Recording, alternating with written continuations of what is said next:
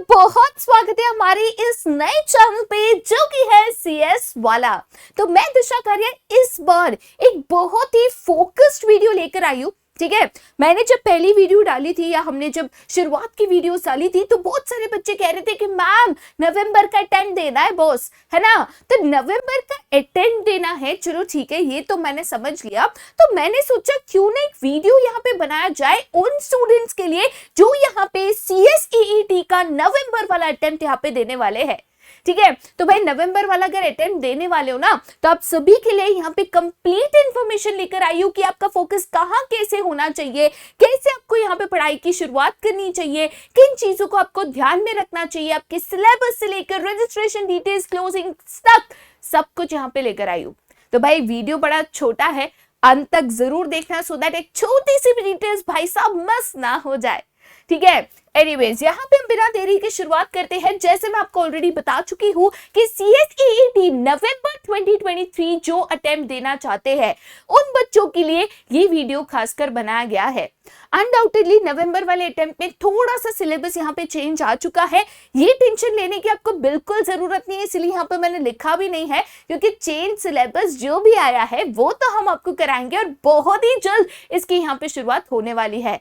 थोड़ा सा दिल थाम कर बैठे मेरे दोस्त। ठीक है, दूसरी इंपॉर्टेंट चीज, जब CSEET नवंबर 2023 की बात करूं तो जाहिर सी बात है पहली चीज दिमाग में ये आती है कि भाई ये एग्जाम को हमें क्लियर करना है और वो भी फर्स्ट अटेम्प्ट में क्लियर करना है। तो एग्जाम अगर आप CSEET की क्लियर करना चाहते हो तो उसमें पासिंग क्राइटेरिया क्या है या पासिंग मार्क्स जिसको हम कहते हैं वो एग्जैक्टली यहाँ पे क्या है।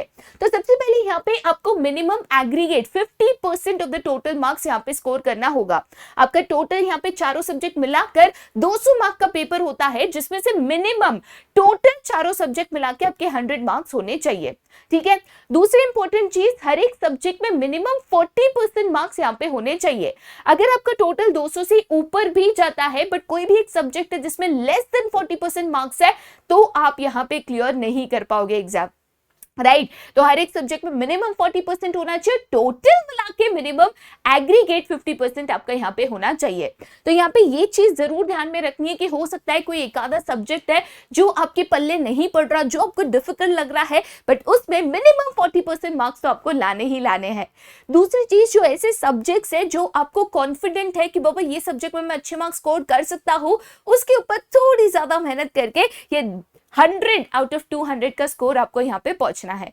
तो ये चीजें ध्यान में रखनी है। ठीक है, दूसरी इंपॉर्टेंट चीज, जब मैं CSEET की बात करूं तो यहाँ पे आपको पढ़ना क्या क्या है बॉस। ठीक है, कौन से सब्जेक्ट्स, कौन से टॉपिक्स को आपको यहाँ पे कवर करना है। तो सबसे पहला सब्जेक्ट जो आता है बिजनेस कम्युनिकेशन। बिजनेस कम्युनिकेशन में पहला जो पार्ट है, ठीक है, पहले 1 2 3 जो पार्ट्स है वो बेसिकली आपकी इंग्लिश के ऊपर है। उसके बाद जो आपका नेक्स्ट आगे के जो चैप्टर्स है 4 5 एंड ऑल, वो सारा आपका कहीं ना कहीं जो रिटर्न कम्युनिकेशन है, ईमेल कैसे लिखना है, ईमेल एटिकेट्स क्या होते हैं, क्योंकि कम्युनिकेशन कोई भी कंपनी सेक्रेटरी के लिए बहुत इंपॉर्टेंट होता है।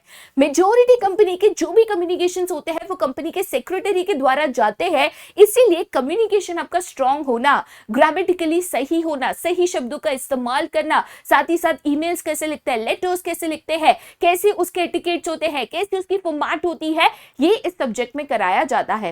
ये सब्जेक्ट आपको 50 मार्क्स का वेटेज रखता है। और उसके बाद सेकंड अगर हम पेपर पे जाते हैं जो कि legal aptitude, logical reasoning and QA quantitative aptitude, तो बेसिकली ये तीनों सब्जेक्ट्स, ये तीनों टॉपिक्स मिलाकर 70 मार्क्स, 70 मार्क्स का आपका यहाँ पे पेपर है। ठीक है, उसके बाद नेक्स्ट जो है that is economics and business environment, जो कि मैं पढ़ाने वाली हूँ। अगेन 2 पार्ट में है, इकोनॉमिक्स जिसमें इंडियन इकोनॉमी माइक्रो मैक्रो जैसा कॉम्बिनेशन है, एंड बिजनेस एनवायरनमेंट जिसमें जो एक्सटर्नल फैक्टर्स है उसके डायनामिक्स है उसका कॉम्बिनेशन है।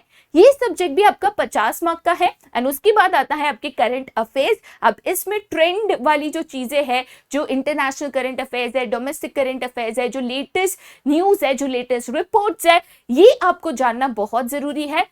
टेंशन नहीं लेना है, हम बता देंगे ना यार। ठीक है, तो यस, ये भी 30 मार्क्स का आपका यहाँ पे पेपर आएगा।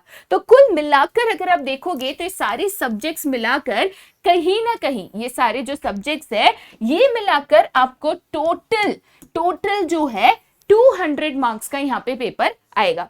ठीक है। और याद रखना है कि 200 मार्क्स में से मिनिमम आपको यहाँ पे 100 मार्क्स स्कोर करने हैं और इंडिविजुअली हर एक पेपर में 40% आपको कम से कम यहाँ पे स्कोर करना है।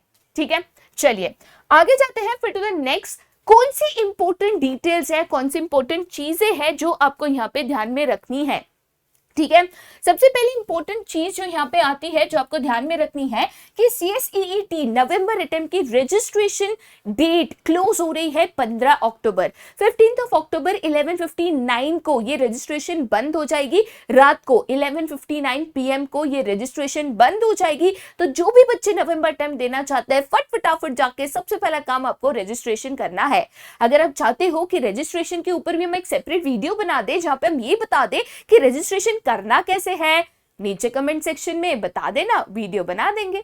ठीक है, दूसरी इंपॉर्टेंट चीज यहाँ पे ये CBT मतलब कंप्यूटर बेस्ड टेस्ट होगा। ठीक है, जहां पे आपको कंप्यूटर के ऊपर एक क्वेश्चंस का अटेम्प्ट करना होगा। टोटल चारों पेपर मिलाकर आपको 120 मिनट मिलेंगे और सारे सब्जेक्ट्स के क्वेश्चंस MCQ पैटर्न में यहाँ पे रहने वाले हैं।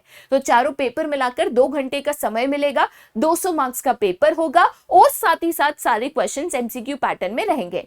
अब सबसे इंपॉर्टेंट और ध्यान में रखने वाली बात यह है कि यहाँ पे आपकी कोई भी नेगेटिव मार्किंग नहीं होगी। जनरली कॉम्पिटिटिव एग्जाम में ऐसे होता है कि गलत आंसर के लिए मार्क्स कटते हैं, बट यहाँ पे ऐसा नहीं है। 0 मिलेगा, माइनस में नहीं मिलेगा, मार्क्स नहीं कटेंगे, नेगेटिव मार्किंग नहीं होगी। ठीक है, तो इन चीजों को ध्यान में रखते हुए आपको आपकी प्रिपरेशंस करनी है। जनरली लगता है कि भाई MCQ टाइप पेपर है तो एकदम हलवा है, ठीक है, ऐसे इक्का तुक्का करके मार्क करके आ जाएंगे, शायद क्लियर हो जाएंगे।